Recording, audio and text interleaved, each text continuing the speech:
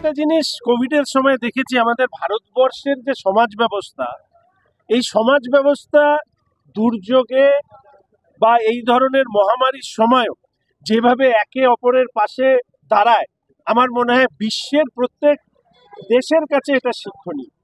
বিশ্বের অনেক এগিয়ে থাকা দেশ কোভিড মোকাবিলা করতে গিয়ে নাকানি চোবানি খেয়েছে, সেখানে 140 কোটির এই ভারতবর্ষ মাননীয় প্রধানমন্ত্রীর নেতৃত্বে যেভাবে পুরো ভারতীয় নাগরিকদের দ্বারা, ভারতবর্ষের নাগরিকদের দ্বারা এই মহামারী দুর্যোগ মোকাবিলা করেছে, সেই জায়গায় উত্তরবঙ্গের ক্ষেত্রেও আমি একইভাবে দেখলাম যে এখানে প্রাকৃতিক বিপর্যয়ের পর শুধু উত্তরবঙ্গের যে জেলাগুলোতে বন্যা হয়নি, প্রাকৃতিক দুর্যোগ হয়নি, শুধু তারা ত্রাণ পাঠায়নি, দক্ষিণবঙ্গের জেলা পার্শ্ববর্তী রাজ্য থেকেও ত্রাণ আমাদের কাছে পাঠানো হচ্ছে।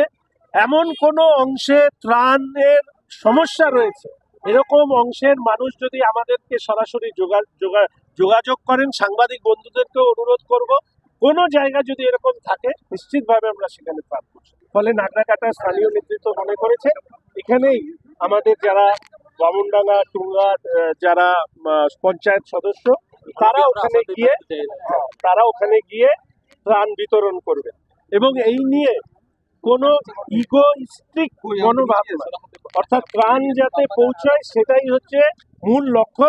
সেই কাজে সেই অঞ্চলের মানুষদের জন্য আমরা ত্রাণটা তুলে দিই। সেটা তো স্থানীয়রা বলতে পারবে, আমরা প্রশাসনকে জিজ্ঞেস করা দরকার।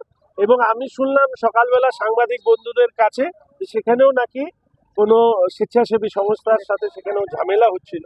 ফলে স্বাভাবিকভাবে এই প্রশ্নটা বারবার করে আসছে যে ত্রাণ নিয়ে গেলে, এই তো নাগরাকাটার মাটিতে দাঁড়িয়ে আছে, অনেকে এই প্রশ্ন তুলেছিলেন যে নাগরাকাটাতে হচ্ছে বিধায়ক তোমাদের, তাহলে তোমরা কেন দিতে পারছো না? নাগরাকাটাতে আছে।